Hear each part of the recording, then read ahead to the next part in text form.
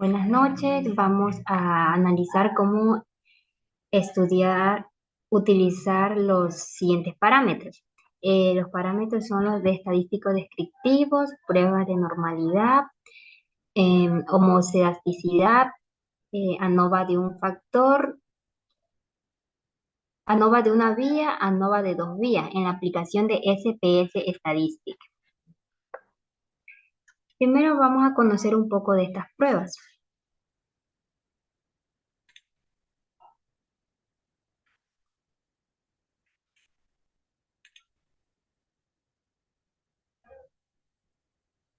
Tenemos los estadísticos descriptivos.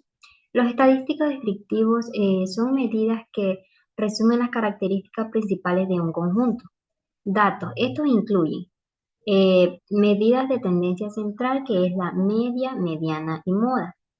La media es el promedio de un conjunto de datos, representa el valor central obtenido al sumar todos los valores y dividirlos entre la cantidad de datos. La mediana es el valor que ocupa la posición central en un conjunto de datos ordenados de menor a mayor. Si el número de datos es par, se obtiene promediando los dos valores centrales. La moda. La moda es el valor que más se repite en un conjunto de datos. Puede haber una única moda unimodal, dos modas bimodal o más multimodal. Tenemos las medidas de dispersión, rango, varianza, desviación estándar y coeficiente de variación. En el rango es la diferencia entre el valor máximo y el valor mínimo de un conjunto de datos. Indica que la amplitud de la dispersión de los valores. La varianza es la medida de dispersión y la que indica cuánto varían los datos con respecto a la media. Se calcula por medio de las diferencias elevadas al cuadrado entre cada valor y la media. La desviación estándar es la raíz cuadrada de la varianza y representa la dispersión de los datos en las mismas unidades originales. En cuanto mayor sea, más relajada están los valores de la media. El coeficiente de variación es una medida relativa de dispersión que se obtiene dividiendo la desviación estándar entre la media y expresando el porcentaje que usa para comparar la variabilidad entre conjuntos de datos con diferentes unidades a escala. Prueba de normalidad. Utilizada para determinar un conjunto de datos, sigue una distribución normal. Principalmente la de normalidad y sus usos. Prueba de Kolmogorov-Smirnov. Comparada para una distribución de datos con una distribución normal teórica. Se usa cuando hay grandes muestras. Cuando hay grandes muestras n mayor a 50. La prueba de Shapiro-Wilk evalúa si los datos provienen de una distribución normal, basándose en la correlación entre los valores observados y esperados. Se recomienda para muestras pequeñas, como n menor a 50. Prueba de Anderson-Darling. Es una versión mejorada de la prueba GS, dando más peso a los valores extremos. Se usa cuando los datos pueden tener colas más pesadas o ligeras. Prueba de Lilliefors.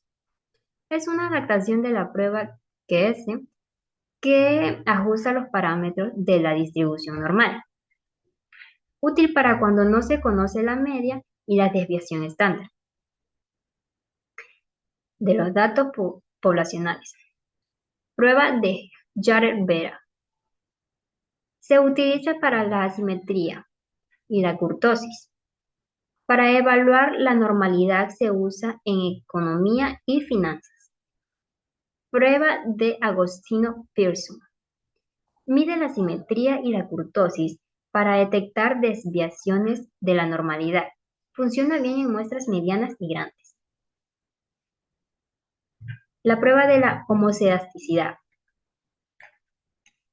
La prueba de la homocedasticidad evalúa si la varianza de los datos es constante entre diferentes grupos o niveles de la variable independiente. Si un supuesto clave en muchas pruebas estadísticas, como la regresión lineal y ANOVA, ya que una varianza desigual heterocedasticidad puede afectar la validez de los resultados. Prueba de Levene. Compara la varianza de los varios grupos sin suponer normalidad. Se usa antes de aplicar ANOVA para verificar si las varianzas son iguales. Prueba de Butter. Evalúa si varias muestras tienen una misma varianza, pero requiere que los datos sean normales. Se usa en experimentos con datos normales para comprobar homocedasticidad. Prueba de Brown-Forsythe. Similar a la Levene, pero se usa la mediana en lugar de la media, lo que lo hace más robusta contra valores atípicos. Se usa cuando hay datos no normales y con valores extremos. Prueba de Burstyn-Pagan. Detecta heterocedasticidad en modelos de regresión, midiendo la relación entre los residuos y las variables independientes. Se usa en econometría y modelos de regresión. Prueba de Britten. Similar a la Brewster-Pagan, pero no asume una forma específica de homocedasticidad. Se usa en modelos de regresión cuando hay sospechas de relaciones no lineales.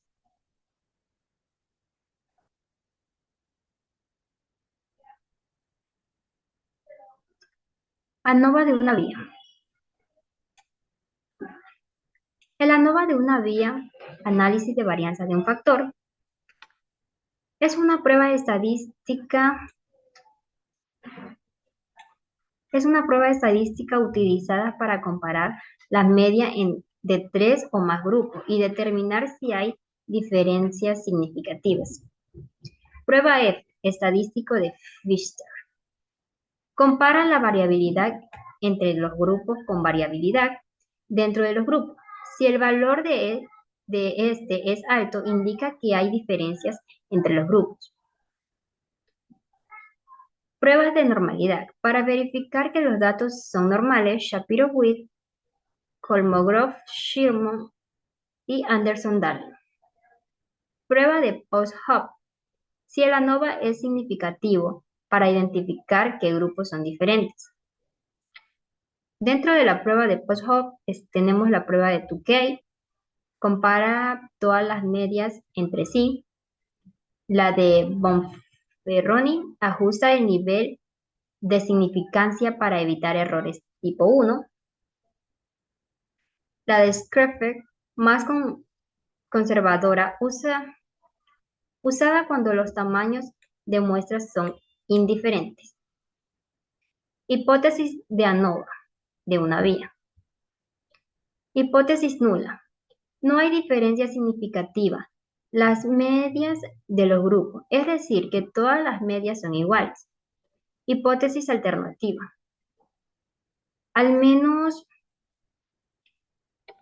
un grupo tiene una media diferente si el resultado de la ANOVA es significativo. P-valor es menor a 0.05. Se rechaza y se concluye que hay diferencias entre los grupos.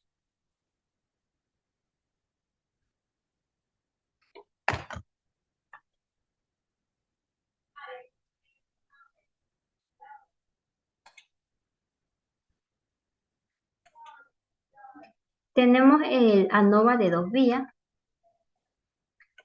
El ANOVA de dos vías es una extensión del ANOVA de una vía que permite analizar el efecto de dos variables independientes, factores, sobre una variable dependiente. También evalúa si hay una interacción entre los dos factores, es decir, si el efecto de un factor depende del nivel del otro.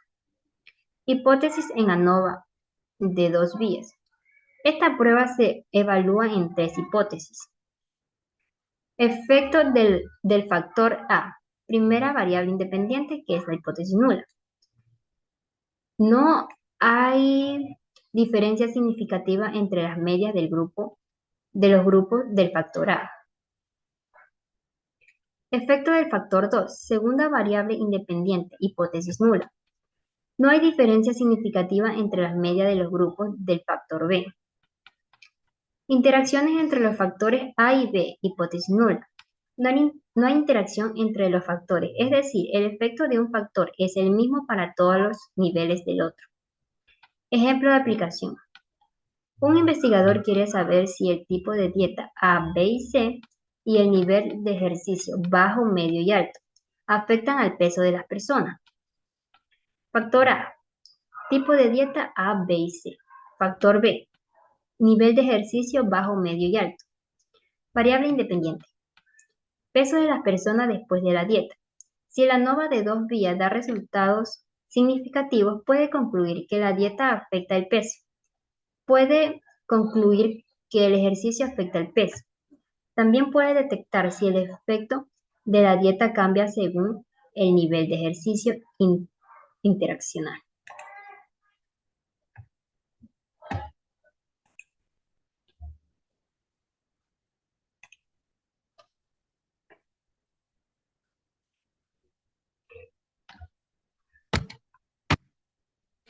Vamos a PSS estadística para comprobar estas pruebas que hemos hablado.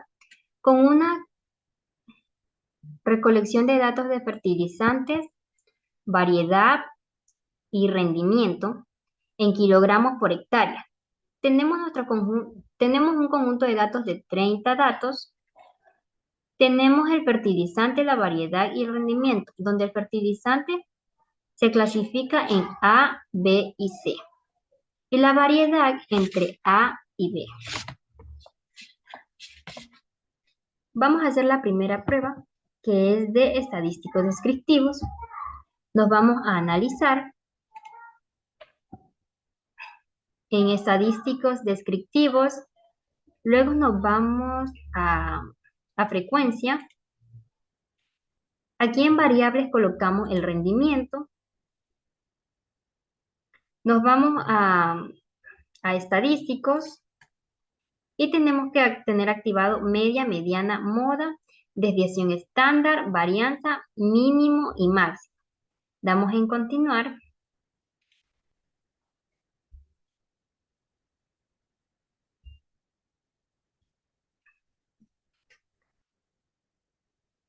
Damos en aceptar y se nos genera la tabla.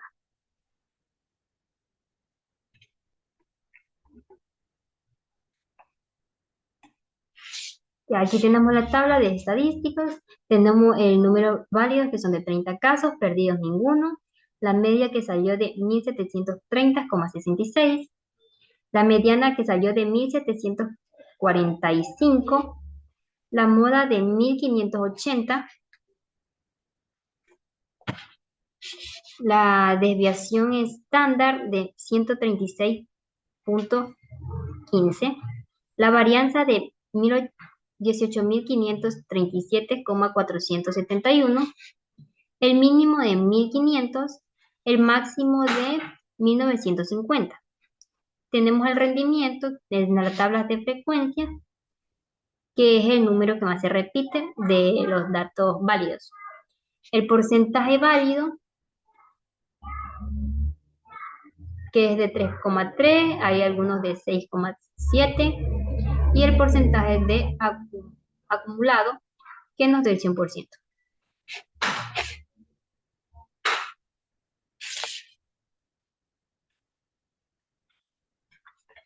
Nos vamos a la segunda prueba,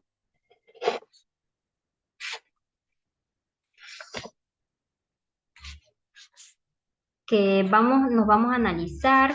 La segunda prueba es de la prueba de normalidad. Nos vamos a analizar estadísticos descriptivos, en explorar.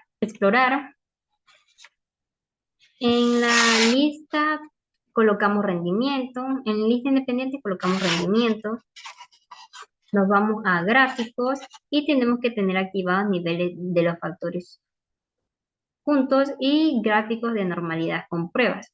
Damos en continuar. En estadístico hay que tener activados descriptivos. Damos en continuar. En opciones, excluir casos según la lista. Damos en continuar.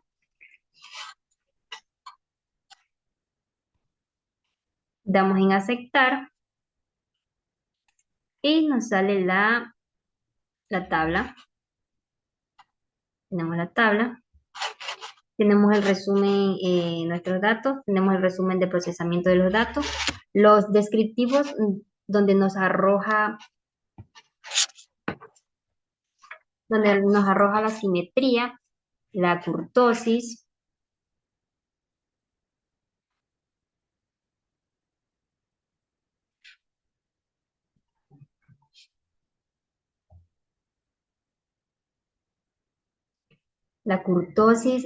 también nos indica que es la prueba de normalidad, donde nos dice que la prueba de Kolmogorov, Smirnov, eh, nos dio una significancia de 0.105, lo que nos dice que el p-valor es mayor al 0,5. Lo que nos indica que no se rechaza la hipótesis nula, lo que significa que los datos que se definen en una distribución normal. En cambio, en la prueba de Shapiro-Wilk nos dice que tampoco se rechaza la hipótesis nula, lo que confirma que los datos pueden considerarse normales, lo que dice que no hay evidencias para rechazar la normalidad de los datos, según la prueba de Kolmogorov, Smirnov y de Shapiro. Ahora nos vamos a nuestro gráfico, donde nos dice que la mayoría de los puntos que están cerca de la línea negra, lo que indica que los datos siguen una distribución normal. Sin embargo, en los extremos, los valores bajos y altos puntos se desvían, lo que sugiere que es una leve presencia de valores atípicos a una ligera desviación a la normalidad. En el segundo gráfico por Q normal sin tendencia de rendimiento, nos indica que algunos puntos de los extremos tienen desviaciones más profundas, lo que confirma lo visto en el primer gráfico. A pesar de la desviación en los extremos, en la mayor parte de los datos se encuentran cerca de la línea. Refuerza que los datos son aproximadamente normales. Quiere decir que la prueba de normalidad son normales y que no existe una anormalidad.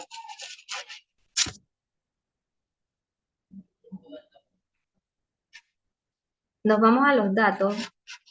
Vamos a hacer la tercera prueba, que es la prueba de la homocedasticidad. La prueba de homocedasticidad de varianza de Leven. Nos vamos a analizar, comparar medias, pruebas de T para muestras independientes. En variables de prueba colocamos rendimiento. En la variable de agrupación, variedad, y definimos los grupos. Damos en aceptar y nos arroja nuestra tabla donde tenemos la prueba de muestras independientes para comprobar la homoceasticidad.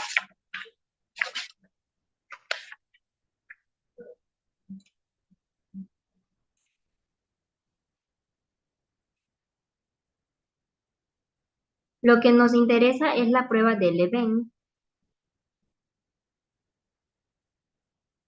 La prueba de Leven de igualdad de varianza, donde nos indica que la significancia es de 0,097, lo que quiere decir que es menor a 0,5, lo que rechazamos la hipótesis nula y nos quedamos con la hipótesis alternativa, donde nos indica que hay una hipótesis de heterocedasticidad. Vamos a hacer la siguiente prueba, nos vamos a PSS Statistics y vamos a hacer la prueba de ANOVA de una vía. Nos vamos a analizar, comparar medias ANOVA de un factor. En lista independiente colocamos rendimiento. En el factor colocar el fertilizante. Nos vamos a post hoc y activamos la prueba de Tukey. Tenemos activada la prueba de Tukey. Damos en continuar. En opciones tenemos que tener activados descriptivos, prueba de homogeneidad de la varianza y gráfico de la media. Damos en continuar.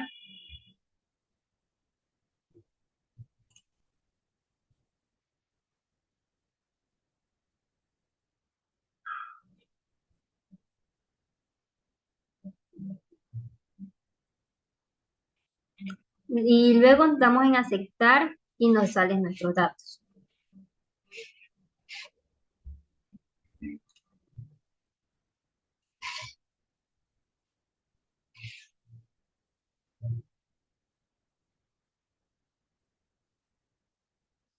Nos vamos en ANOVA, que es la parte que más nos interesa, que es el que nos interesa, y esto nos dice que el grupo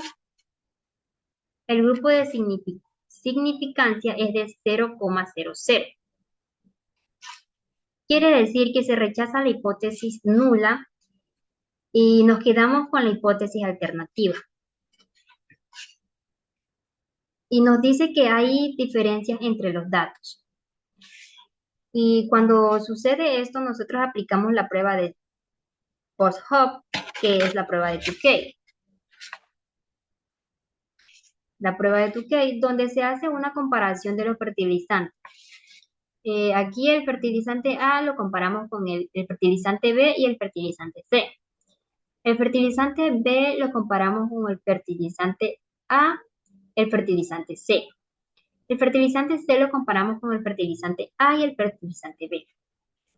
Aquí en esta prueba podemos ver la significancia, por lo que rechazamos la hipótesis nula y nos quedamos con la alternativa.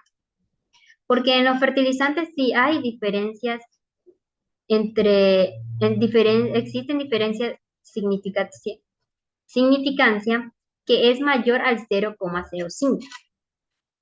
Lo que indica que sí tenemos que rechazar la hipótesis nula y nos quedamos con la hipótesis alternativa, porque sí hay diferencias en los fertilizantes.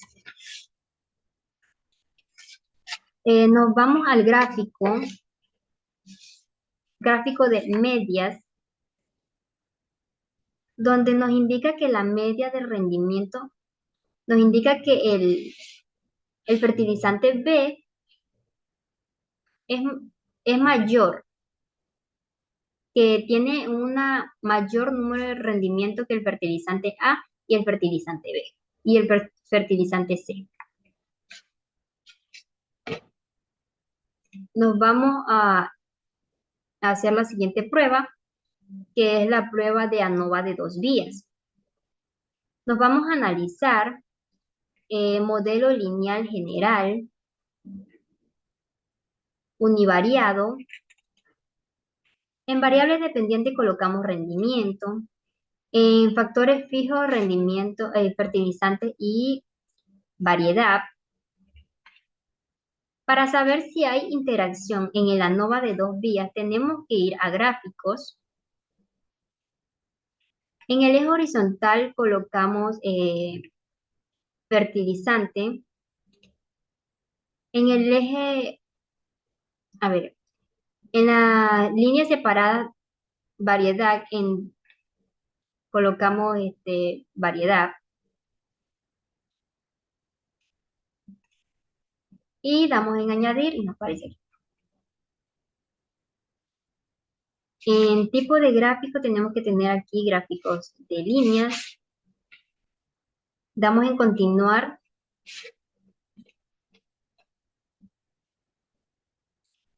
Nos vamos a la prueba de post-hop.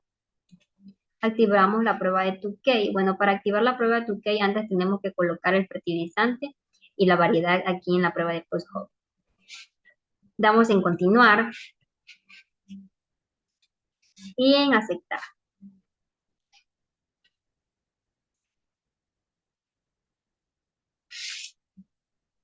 Se nos generan nuestros datos. Tenemos la prueba de efecto de intersujetos. Tenemos fertilizante, variedad y su significancia de 0.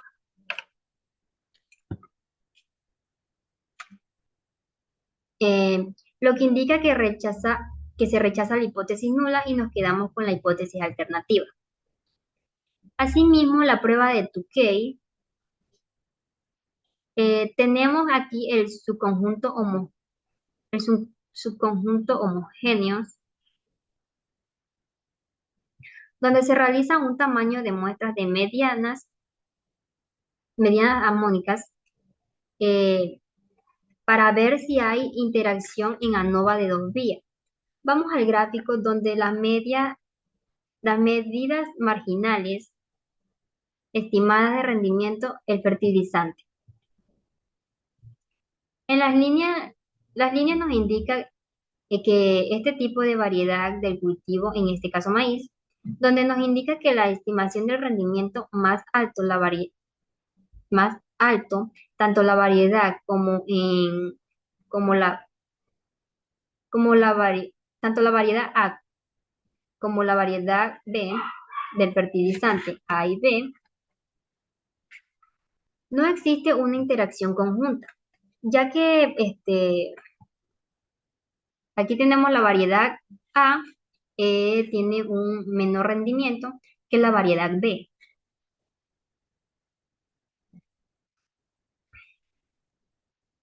Nos dice que no existe una interacción conjunta que podemos observar en la variedad B y en el fertilizante B, que tenemos un alto rendimiento. En cambio, en la variedad A tenemos un rendimiento aproximado.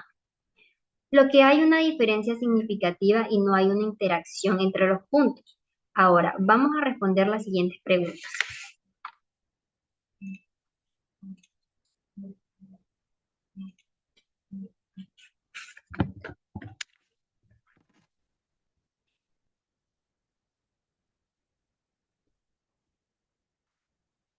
¿Cuál es el fertilizante más efectivo en promedio para cada variedad de maíz? Bueno, es el fertilizante B, ya que muestra tanto en los gráficos como tanto en los gráficos como en las pruebas, que es un fertilizante de mayor rendimiento tanto en la variedad A es más alto que la variedad B, por lo tanto sería el fertilizante B. La distribución del rendimiento sigue una distribución normal. Sí, es una distribución casi normal, un poco de despeje en los puntos sobre la línea, pero es considerada normal porque podía apreciar cerca de las líneas. Hay una diferencia significativa entre los rendimientos según los tipos de fertilizantes y variedad del maíz. Sí, existe una diferencia porque nos indica que el fertilizante tipo B tuvo un mayor rendimiento, pero en las variedades sí hubo una diferencia. Tanto en la variedad A hubo un rendimiento no muy alto como la variedad B. Existe interacción significativa entre los factores fertilizante y variedad del maíz. No existe una interacción significativa, ya que como se ha rechazado la hipótesis nula, que nos indica que puede ser los datos igualados y nos quedamos con la hipótesis alternativa. Pero sí podemos observar, tanto en el fertilizante B obtuvieron altos rendimientos, lo que quiere decir mayor rendimiento tuvo la variable B.